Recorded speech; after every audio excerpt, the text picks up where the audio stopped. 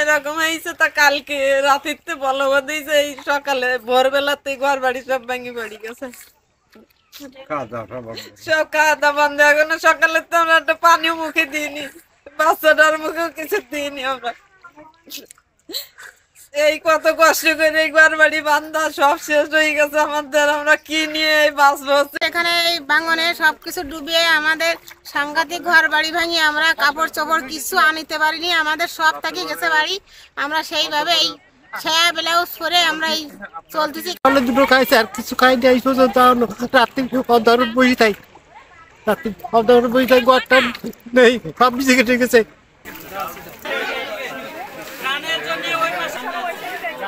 যারা পুরুষ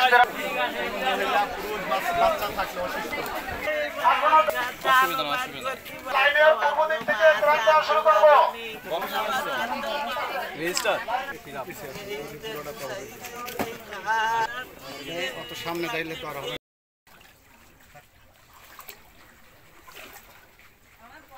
খুশি হবেন আলহামদুলিল্লাহ, আমাদের বন্যার্থ যে এলাকাগুলো আছে এগুলো দুর্গত মানুষদের সবসময় বাংলাদেশ নৌবাহিনী সহ সশস্ত্র বাহিনী যারা আছে আমরা সবাই পাশে আছি।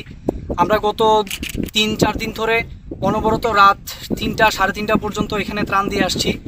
এখানে যেই কালীনগর হরিণখোলা এখানে আমি নিজে যেয়ে দেখে আসছি, গলার সমান পানি আছে। আমরা সেখানে যত দুর্গত এলাকা আছে বাংলাদেশ নৌবাহিনী সর্বত্রই তাদের পাশে থাকবে ইনশাল্লাহ, এবং পাশে আছি। আর আমরা সেই অবস্থা থেকেই আমাদের ট্রুপস অনেক গাড়ি এসেছে, ইভেন আমাদের জেনে খুশি হবেন আমাদের অলরেডি আরও 2টা ট্রাক ভরা আমাদের ত্রাণ আসছে।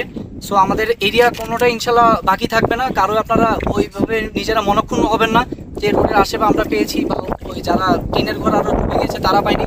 আমরা এটা ইনশিওর করছি যে প্রত্যেকটা ঘর প্রত্যেকজন মানুষ যাতে এখানে ত্রাণ পায়।